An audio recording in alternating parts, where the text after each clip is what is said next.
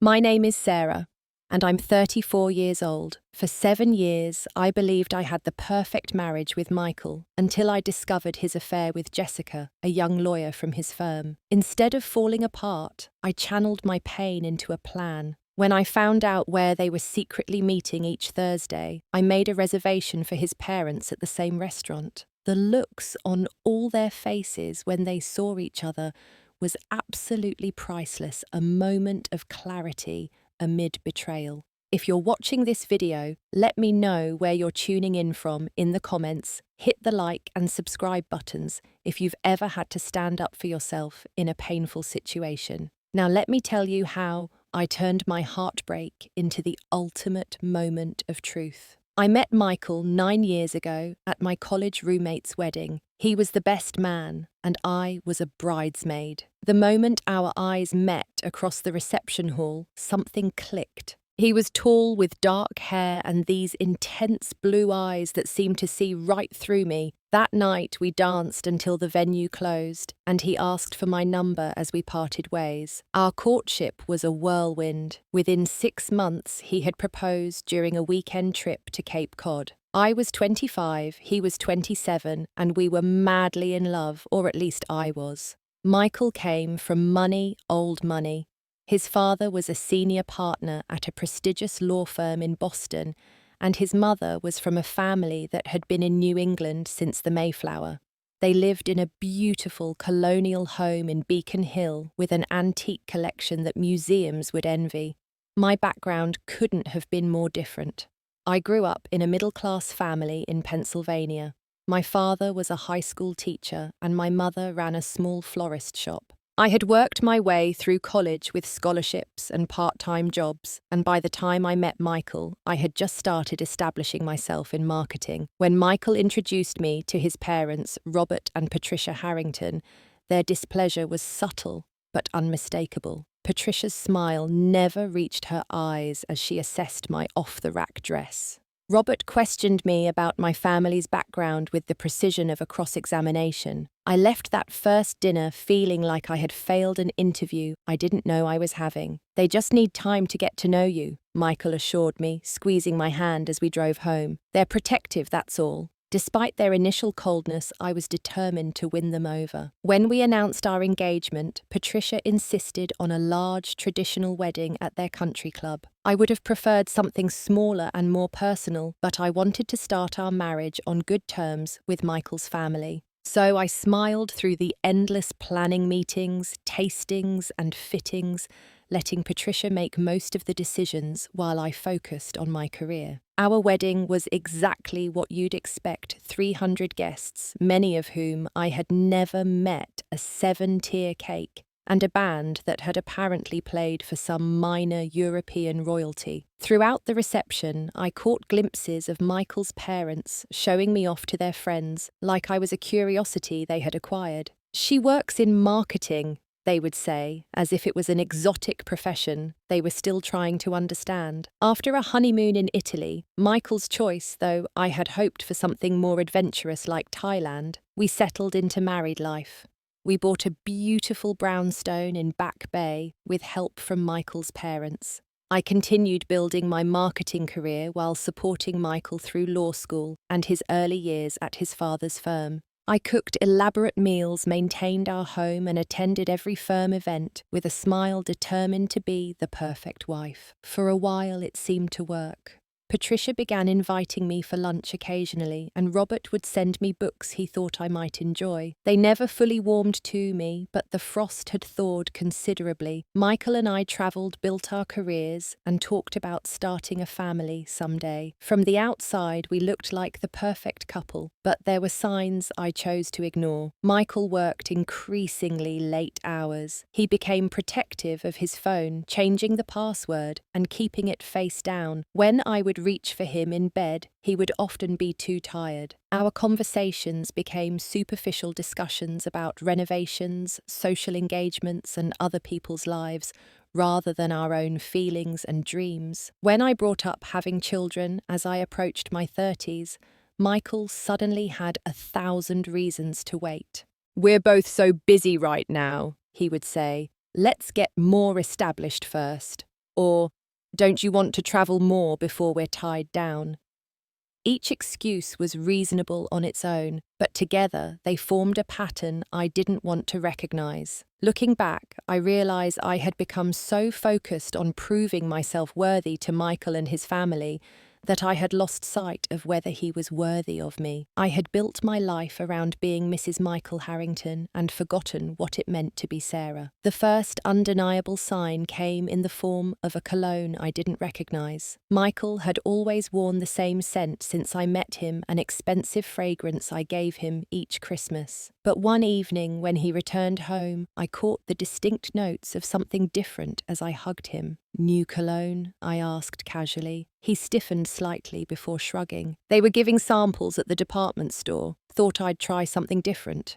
It was a reasonable explanation, but his eyes darted away as he spoke. That night, I noticed other changes I had been subconsciously registering: the new gym membership he rarely discussed, the crisp shirts he had started sending to a different dry cleaner, the way he would step out of rooms to take certain calls. I didn't want to be the suspicious wife checking up on her husband. I had always prided myself on our trust, on not being one of those women who snooped through phones or emails. But the changes kept accumulating, impossible to ignore. There were dinner charges at restaurants we had never visited together, gift purchases from jewelry stores, around holidays when I received nothing, hotel bills in the city where we lived. Each discrepancy had an explanation: business dinners, gifts for his mother or sister, rooms booked for clients from out of town. But the explanations began to sound hollow, rehearsed. The breaking point came when Michael told me he was flying to Chicago for a conference. I had packed his suitcase, kissed him goodbye, and was settling in for a weekend alone when my phone rang. It was Lisa, the wife of Michael's colleague, Thomas. "Are you and Michael coming to the firm dinner tonight?" she asked, cheerfully. "Thomas said we're all sitting at the same table." My blood ran cold. "Michael's in Chicago for a conference," I said slowly. There was a pause. "Oh," Lisa said finally. "Thomas must have been mistaken. He specifically mentioned seeing Michael at the office this morning." After I hung up, I sat on our bed for nearly an hour, the pieces fitting together with sickening clarity. That night, I did what I had promised myself I would never do. I accessed Michael's email on our shared home computer. It didn't take long to find what I was looking for. There were dozens of messages between Michael and someone named Jessica Williams. The earliest were professional discussing case details, but they quickly evolved into flirtation and eventually explicit messages about their meetings and future plans. Jessica, that I discovered through some quick social media research, was a junior lawyer at Michael's firm. She was 24, 10 years younger than me, with long blonde hair and the kind of effortless beauty that comes from youth and expensive maintenance. In her photos, she was always perfectly styled in designer clothes, her smile confident and bright. I read their exchanges with a strange detachment, as if I was reviewing evidence for someone else's case, rather than watching my own marriage disintegrate. They had been seeing each other for 8 months. Michael complained to her about me, how I was too focused on my career, how his parents had never really warmed to me, how we wanted different things in life. "When will you tell her?" Jessica had written in a recent email. "Soon," Michael had replied.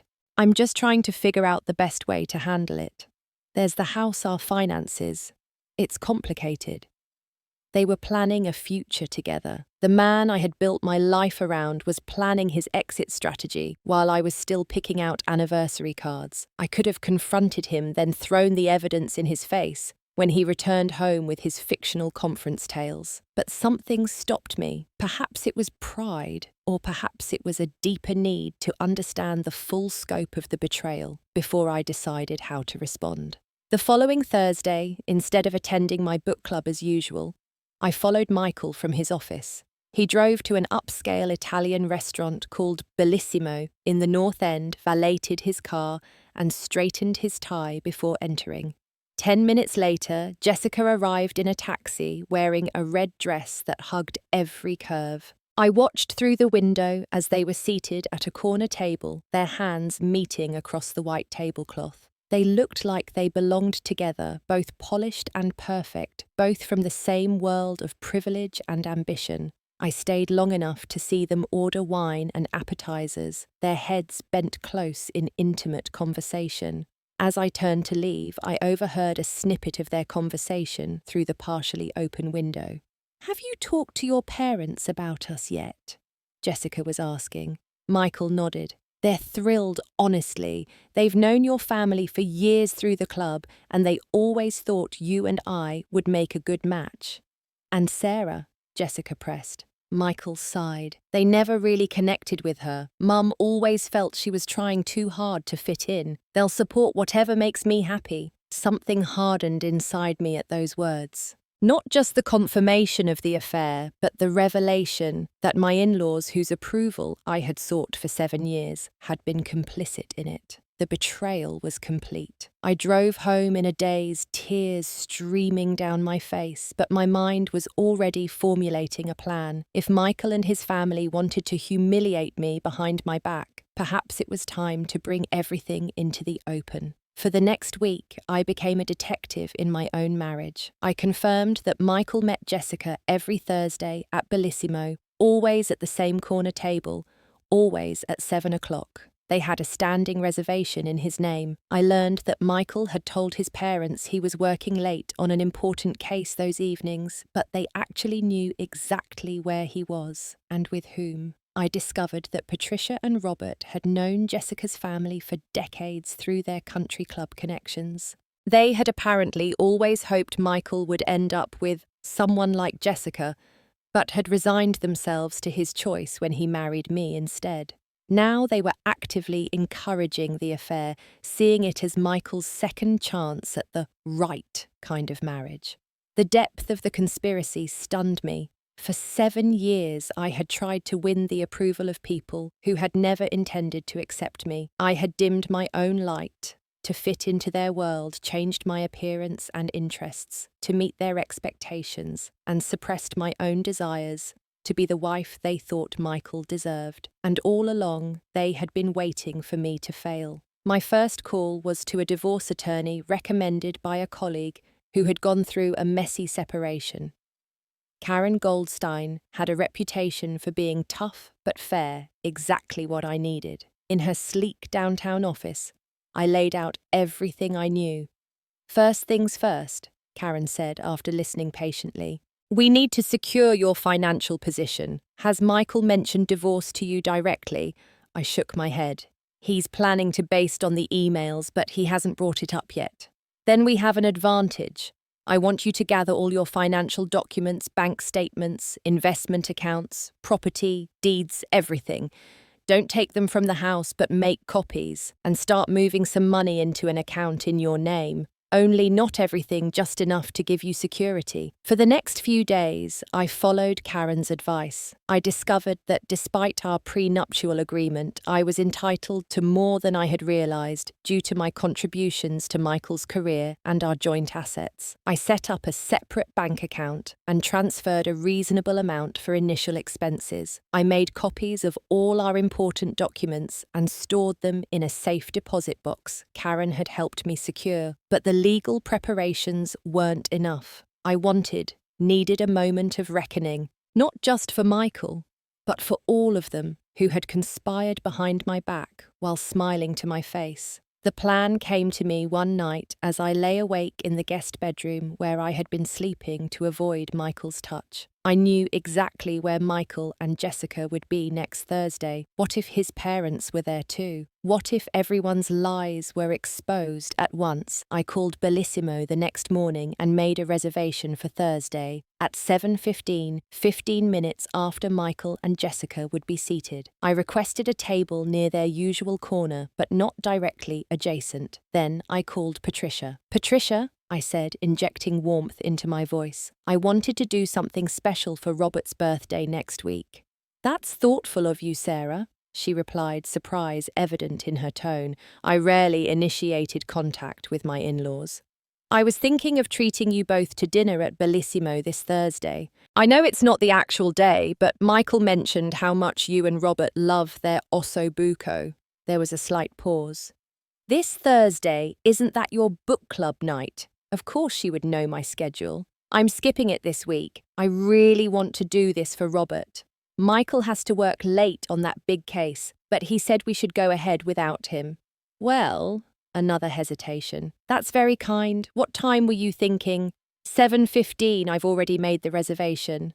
Perfect, Patricia said, her voice warming. We'll meet you there. As I hung up, a grim satisfaction settled over me. For the first time since discovering the affair, I felt a sense of control. I wasn't just reacting to their betrayal, I was orchestrating my response. The day of the dinner, I spent hours preparing. I chose my outfit carefully, a sleek black dress that showed off the body I had been working hard to maintain, paired with the diamond earrings Michael had given me on our 5th anniversary. I had my hair styled in loose waves and treated myself to a professional makeup application. If this was to be the final act of my marriage, I wanted to look my best. I arrived at the restaurant at 7 sharp, 15 minutes before my reservation. Through the window, I could see Michael and Jessica already seated at their usual table. She was wearing a green silk dress, her blonde hair pulled back in an elegant chignon.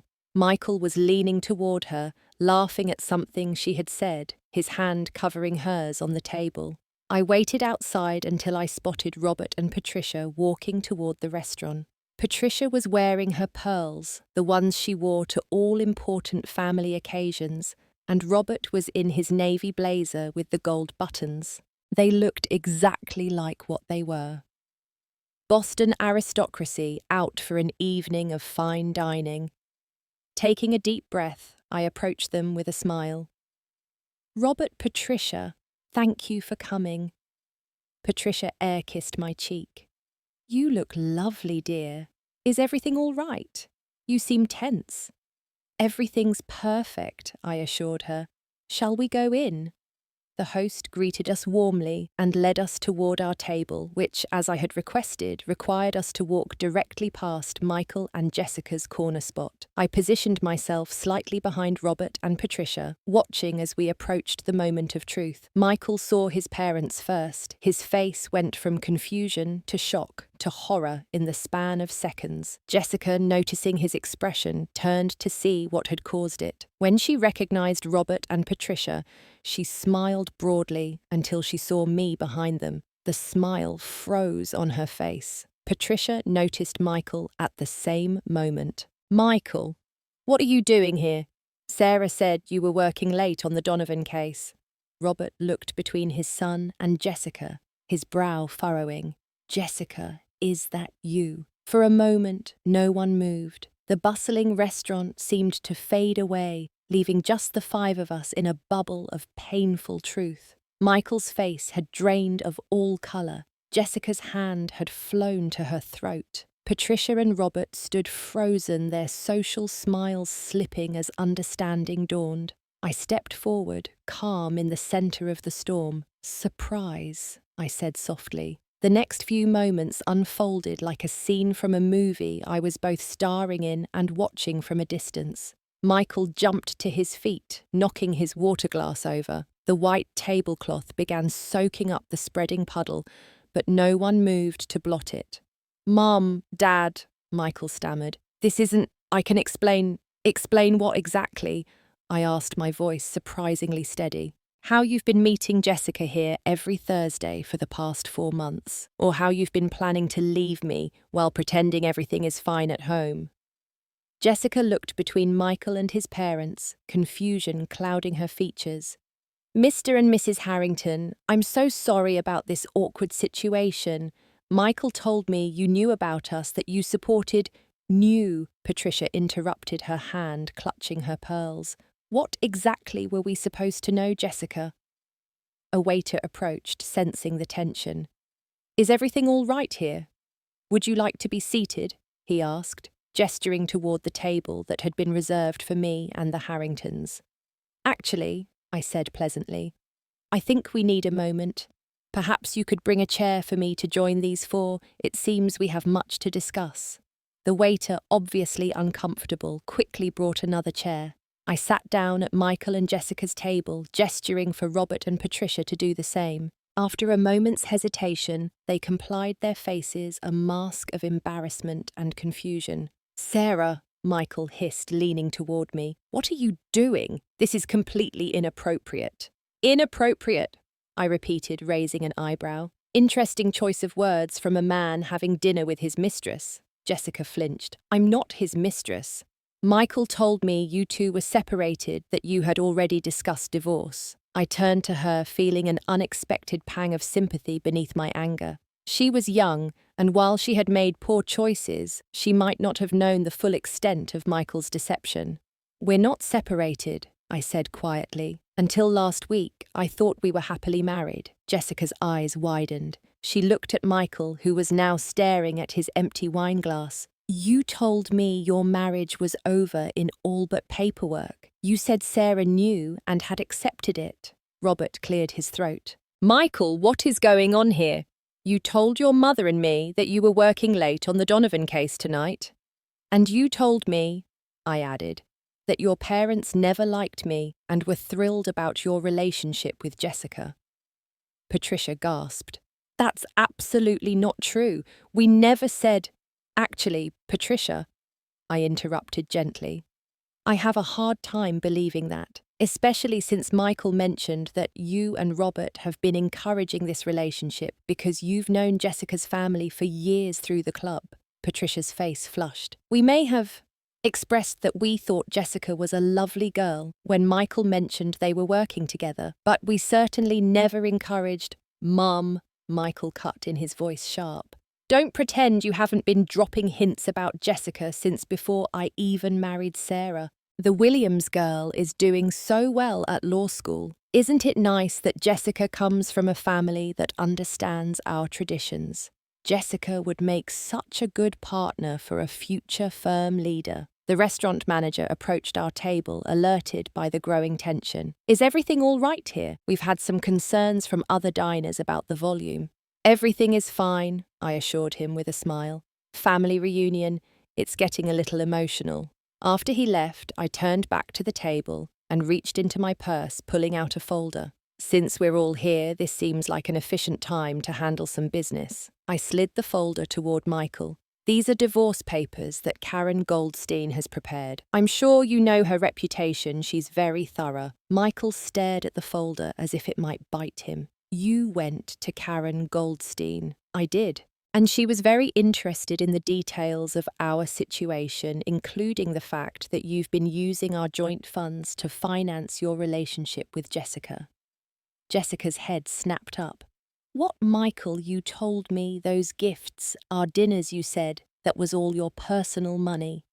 "It gets better," I continued, feeling a strange calm as I exposed each lie. "Michael has been using the apartment we bought as an investment property for your meetings, the one that's supposed to be rented out to cover the mortgage." Robert's face had turned an alarming shade of red. "The Beacon Street property, the one we helped you buy." The layers of deception were unraveling faster than even I had anticipated. Each revelation seemed to prompt another, with Michael sinking lower in his chair and Jessica looking increasingly horrified. "I think I should go," Jessica said, suddenly reaching for her purse. "Jessica, wait," Michael pleaded, grabbing her wrist. She yanked her hand away. "Don't touch me. You've been lying to everyone at this table, including me. You told me Sarah knew. You told me your parents approved. You told me you were using your own money. What else have you lied about?" "I was going to tell Sarah," Michael insisted. "I was just waiting for the right time. And Mum and Dad, they've always preferred you over her. They've made that clear for years." Patricia looked stricken. "Michael, that's not fair. We may have had our differences with Sarah, but we never wanted to see her hurt like this." "Really?" I said, unable to keep the bitterness from my voice. "Is that why you never fully accepted me into your family? Why there were always conditions to your approval? Why you jumped at the chance to replace me with someone you deemed more suitable?" To my surprise, Robert reached across the table and placed his hand over mine. "Sarah, whatever our differences, this is not what we wanted. We may have struggled to connect with you at times, but you are Michael's wife. We respected that, even if we didn't always show it well." Jessica stood abruptly. I'm sorry, but I can't be part of this anymore. Michael, don't call me. Don't email me. We're done. She turned to me, her eyes glistening with unshed tears. Sarah, for what it's worth, I truly thought you knew and had moved on. I would never knowingly help someone cheat on their spouse. As she walked away, Michael half rose from his chair. Jessica, please, let her go, I said firmly. You've done enough damage. Michael sank back into his seat, looking deflated. For the first time, I saw him clearly not as the powerful, confident man I had married, but as someone weak and selfish, willing to hurt others to avoid difficult truths. I stood smoothing my dress. The divorce papers include a fair division of assets based on our prenup and my contributions to our marriage. I suggest you review them with your lawyer. I'll be staying with the friend while you make arrangements to move out of the house. Sarah, Michael began, but I held up a hand. I've said everything I needed to say. The rest can go through our attorneys. I turned to Robert and Patricia. I'm sorry our dinner plans were disrupted, perhaps another time under different circumstances. As I walked away, I heard Patricia call my name. I paused, looking back at the three of them. Michael slumped in his chair, Robert still red-faced with anger, Patricia half standing with an unreadable expression. For what it's worth, Patricia said quietly. I'm sorry for everything. I nodded once and continued toward the door, my head high. The cool evening air hit my face as I stepped outside and I took a deep, cleansing breath. The night hadn't gone exactly as I'd planned. I hadn't anticipated the complexity of emotions that would surface or the strange alliance that had formed against Michael's deceptions. But as I walked to my car, I felt lighter than I had in months. The truth was finally out, and with it the weight of trying to be someone I wasn't, for people who couldn't appreciate me. Whatever happened next, I would face it as myself, the real Sarah, not Mrs. Michael Harrington. My phone rang as I was unlocking my car. It was Patricia. Sarah, it's Patricia. Can we talk? I hesitated, my hand on the car door. Part of me wanted to ignore the call to close this chapter completely, but another part was curious about what my mother-in-law could possibly want to say after the scene that had just unfolded. I'm listening, I said, leaning against my car. Not like this, Patricia replied. Could we meet somewhere, perhaps for coffee tomorrow? The request surprised me. In 7 years, Patricia had never once suggested we meet for coffee, just the two of us. Our interactions had always been in the context of family events or formal occasions with Michael or Robert present. Why? I asked bluntly. There was a pause.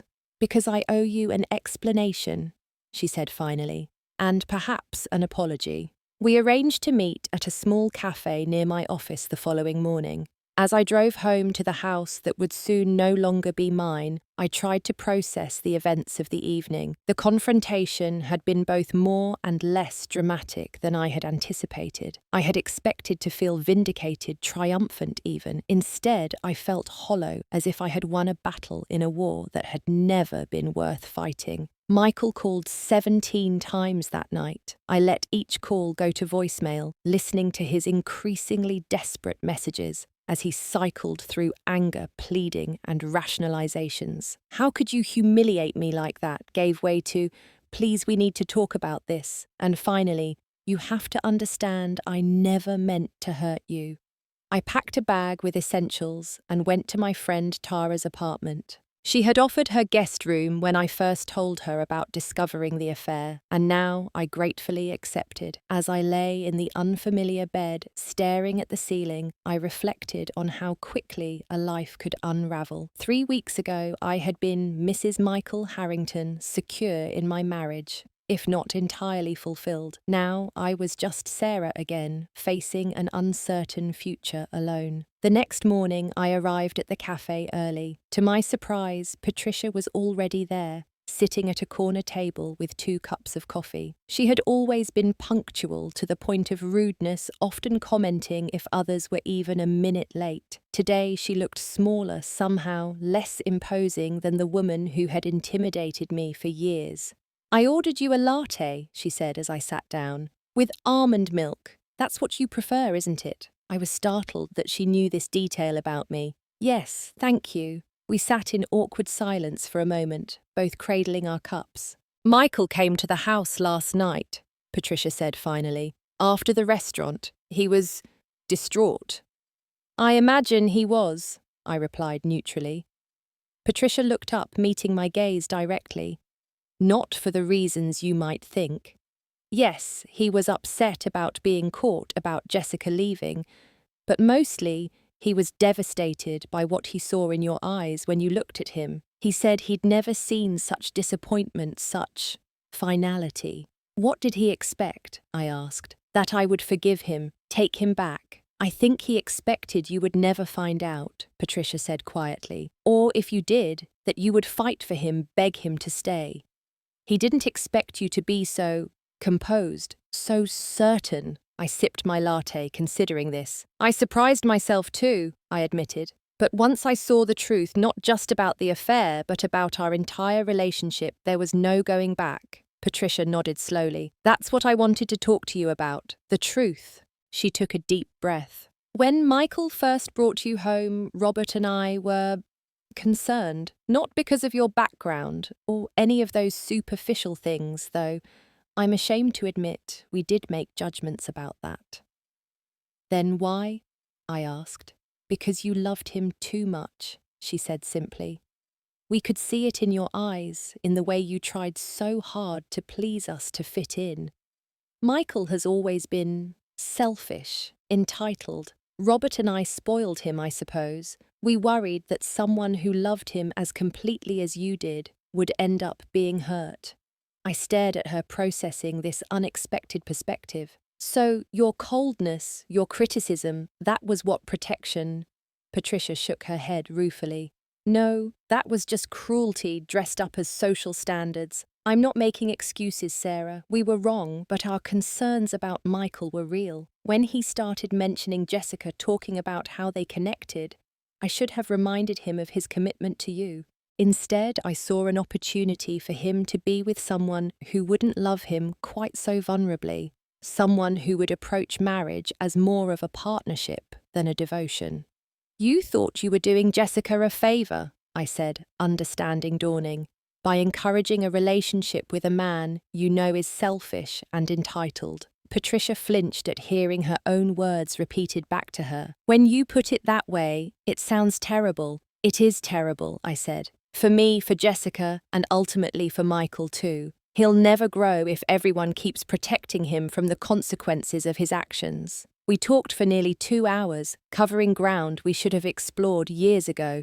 Patricia spoke of her own marriage, more of a business arrangement than a love match, and her regrets about how she had raised Michael. I shared my feelings of never quite measuring up, of the subtle ways I had been made to feel like an outsider in my own family. By the time we parted, something had shifted between us.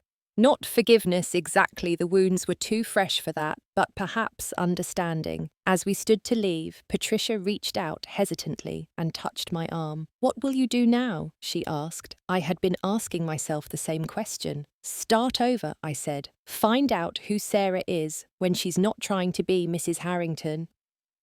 Patricia nodded. You're stronger than I ever gave you credit for. I think you'll be fine. She paused. And Michael? That's up to him, I replied, but he'll need to do it without me. As I watched her walk away, I realized that in exposing Michael's betrayal, I had inadvertently opened the door to truths that had been buried for years. The confrontation I had orchestrated as an act of revenge had instead become a catalyst for honesty, painful but perhaps necessary for everyone involved. Michael continued to call and text, alternating between apologies and accusations. When he showed up at Tara's apartment the following evening, I finally agreed to talk to him in the lobby of her building. He looked terrible, unshaven, his usually immaculate clothes rumpled. Sarah, please, he began. We need to talk about this. What happened with Jessica? It was a mistake. I got caught up in something that didn't mean anything. If it didn't mean anything, why did you tell her you were planning to leave me? I asked. Why did you lie to her about our marriage being over? Michael ran a hand through his hair. I don't know. It just escalated. One lie led to another. But I never stopped loving you, Sarah. You have to believe that. I looked at him, really looked at him, and felt nothing but a dull ache where passionate love had once been. The problem, Michael, is that I don't think you know what love is. It's not about possession or convenience. It's about respect, honesty, and wanting the best for the other person, even when it's hard. I can change, he insisted. Give me another chance and I'll show you. No, I said gently, but firmly. This isn't about Jessica or your parents or even the lies. It's about the fact that for 7 years I've been trying to be someone I'm not to make you happy. And you've been pretending to be someone you're not to keep me. We've both been living a lie, and I can't do it anymore. He stared at me, the reality of our situation finally sinking in. So that's it. 7 years of marriage just over. It was over long before I found out about Jessica, I said. We just didn't have the courage to admit it. The weeks following the confrontation at Bellissimo were a blur of legal meetings, painful conversations, and practical arrangements. Michael moved out of our house and into a condo downtown. I decided to sell the house. Too many memories, too much of a financial burden to maintain on my own. Karen. My divorce attorney negotiated a settlement that was more than fair given Michael's infidelity and misuse of our joint funds. To my surprise, Robert and Patricia sided with me in many of the negotiations. Perhaps it was guilt, or perhaps Patricia's conversation with me had genuinely changed her perspective. Either way, their support made the process less combative than it might have been. Jessica transferred to another law firm in New York. Before she left, she sent me a handwritten letter apologizing for her role in the affair and explaining that she had truly believed Michael's claims that our marriage was already over. I believed her. Michael had deceived us both in different but equally hurtful ways. As the practical details of dismantling a marriage were resolved, I found myself facing a deeper question. Who was I now? For 7 years, I had been defined by my relationship with Michael and my attempts to fit into his world. Without that framework, I felt simultaneously lost and liberated. Tara suggested I take some time off. You've been through a trauma, she said one evening as we shared a bottle of wine. You need space to process and heal. My boss at the marketing firm was understanding when I requested a 3-month sabbatical. Take 6 if you need it, she said. You're one of our best, Sarah. We want you back at full strength. With the proceeds from the house sale and the divorce settlement, I had the financial freedom to step back and reassess my life. I decided to do something I had always wanted, but Michael had dismissed as impractical travel through Europe alone. Not the carefully curated luxury tours we had taken together, but a genuine exploration guided by my own interests and instincts. I started in London, then made my way through France, Italy, Greece, and Spain. I stayed in small boutique hotels and family-run bed and breakfasts rather than the 5-star chains Michael had preferred. I ate at local restaurants, took cooking classes, visited museums off the beaten path, and spent hours in cafes watching the world go by. In Paris, I met an American expatriate writer who invited me to a dinner party with her eclectic group of friends. In Florence, I joined a watercolour class and discovered a talent for capturing the play of light on ancient buildings. In Santorini, I spent evenings talking philosophy with a retired professor who had moved there to write his memoirs. With each new experience, each conversation with a stranger who knew nothing about my past, I felt pieces of my true self emerging from the shadow of my marriage. I remembered the ambitious, curious woman I had been before meeting Michael, the one with dreams that had nothing to do with social status or approval from others. One evening in Barcelona, sitting alone at a seaside restaurant, I spotted a familiar face at a nearby table. It took me a moment to place him, Daniel Carter, a friend from college who had moved abroad after graduation. I hesitated, then walked over to say hello. Sarah, is that you? His face lit up with genuine pleasure. What are you doing in Barcelona? We ended up talking for hours, catching up on the past decade of our lives. Daniel had built a successful consulting business, helping European companies expand into American markets. He was divorced with joint custody of a 5-year-old son who lived primarily with his ex-wife in Madrid. It wasn't anyone's fault, he said when I asked about his marriage. We just wanted different things, realized it too late, and decided to part while we could still be friends for Lucas's sake. His maturity and self-awareness were refreshing after the drama and deception of my own divorce. We exchanged numbers before parting, promising to keep in touch. Daniel and I began a correspondence that evolved from occasional messages to daily conversations. He became a sounding board as I considered my future, offering insights without pressure or judgment. When my European journey ended, we continued our friendship across the Atlantic, eventually meeting again when his business brought him to Boston. Meanwhile, life in Boston had continued without me. Michael had tried to reconcile several times, but each attempt felt more about his ego than genuine regret. Jessica had reportedly started dating a partner at her new firm. The scandal at Bellissimo had become a footnote in our social circle's gossip, replaced by newer dramas. To my surprise, I maintained a cautious relationship with Patricia. She had undergone her own reassessment after our confrontation, even starting therapy to address her controlling tendencies. We met occasionally for lunch, navigating a new dynamic that wasn't quite friendship, but was no longer the fraught mother-in-law, daughter-in-law tension of before. 6 months after the divorce was finalized, I made a decision that would have been unthinkable. During my marriage, I left my prestigious marketing firm to start my own consultancy.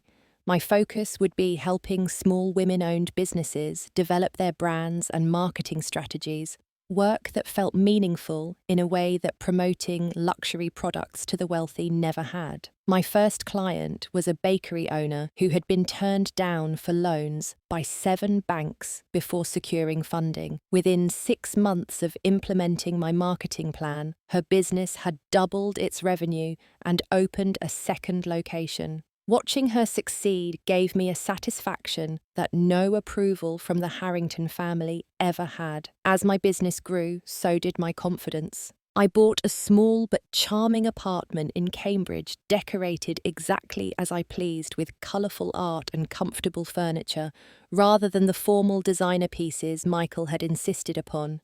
I reconnected with old friends I had neglected during my marriage, and made new ones through business and shared interests. 1 year out after the night at Bellissimo, I received an unexpected email from Jessica. She was engaged to her new partner and wanted to thank me for the wake-up call that had ultimately led her to a healthier relationship. I realized after that night that I deserved better than being someone's secret, she wrote. You showed me what dignity looks like in the face of betrayal. I'll never forget that. Her words made me reflect on my own journey. The confrontation I had planned as revenge had become something far more valuable, a moment of truth that had freed not just me but everyone involved from the web of deception we had been living in. Even Michael, according to Patricia, had finally begun to face his issues in therapy. Daniel visited Boston again that spring, and our friendship deepened into something more. We took things slowly, both wary of repeating past mistakes. When he introduced me to his son Lucas during a weekend visit, it was without pressure or expectations, just a natural inclusion in an important part of his life. One evening, as we walked along the Charles River, Daniel asked about the night at Bellissimo. I had told him the basic outline, but never the full story. What made you decide to confront everyone at once? He asked. That took incredible courage. I thought about it for a moment. I think I needed everyone to see each other clearly, without the masks and lies, myself included. I couldn't move forward until the truth was out, all of it, not just the parts that were convenient or comfortable. Daniel nodded, taking my hand. The truth can hurt, but lies hurt more in the long run. Exactly, I said, squeezing his hand. And the truth set us all free in different ways. Looking back now, 3 years after that pivotal night at Bellissimo, I can see how that moment changed the trajectory of all our lives. The confrontation I orchestrated wasn't just about exposing Michael's affair or embarrassing my in-laws. It was about reclaiming my power and refusing to participate in the elaborate deception we had all been maintaining. Michael and I have reached a place of civil interaction when necessary. He eventually left his father's firm to start his own practice, a move that surprised everyone, but seemed to bring him a measure of genuine satisfaction. According to mutual friends, he dated casually for a while before recently becoming serious with a divorced surgeon who, by all accounts, is his equal in ambition and independence. Patricia and Robert have mellowed considerably. Their relationship with Michael went through a difficult period after the divorce, but they've gradually rebuilt it on more honest terms. Patricia, to everyone's surprise, has become involved in a mentoring program for young women entering professional careers, using her connections and experience in a positive way. She and I meet for lunch every few months, a tradition that began awkwardly but has evolved into something we both value. Jessica married her partner last year and recently had a baby girl. She sent me an announcement with a note that read simply, "Thank you for the painful lesson that led me here. I sent a gift and my sincere congratulations, grateful that her story had a happy ending too. As for me, my consultancy has flourished beyond my expectations. I now have a team of 5 and a waiting list of clients. I've found purpose in helping other women build their dreams, particularly those who have faced personal or professional setbacks. Many of my clients are women rebuilding after divorce or career disruptions, and I find deep fulfillment in using my experience to guide them. Daniel and I have built a relationship based on mutual respect, open communication, and shared values. We divide our time between Boston and Barcelona, creating a life that honors both our individual needs and our connection. Lucas, now 8, has become an important part of my life too. Our relationship developed naturally without the pressure of trying to replace his mother or fit some preconceived notion of a stepmother. The most significant change, though, has been within myself. I no longer measure my worth through others' approval or try to contort myself to fit someone else's expectations. The woman who orchestrated that confrontation at Bellissimo was taking her first steps toward authenticity and self-respect. Today, I walk confidently in that truth. The night I made that reservation for my in-laws at the same restaurant where Michael was meeting his mistress, I thought I was planning an act of revenge. What I was really doing was creating a moment of clarity for everyone involved, a chance to see the truth about ourselves and each other, however painful that might be. Sometimes I think about what would have happened if I had confronted Michael privately or simply filed for divorce without the dramatic scene. Would we all have learned the same lessons? Would we have been forced to face the same truths? I don't think so. Some deceptions run so deep that only a clean, complete break can allow healing to begin. So, if you're facing betrayal or living with deception, remember that exposing the truth isn't just about revenge or justice, it's about creating the possibility of authentic happiness for yourself and perhaps even for those who have hurt you. The path forward may not be easy, but it leads to something real. Have you ever had to confront a painful truth in your relationship? How did you handle it? And what did you learn from the experience? Share your story in the comments below. And if this video has resonated with you, please like, subscribe, and share it with someone who might need to hear this message. Remember, you deserve honesty and respect in all your relationships. And sometimes the bravest thing you can do is to stand up for that truth. Thank you for listening to my story, and I wish you courage on your own journey to authenticity.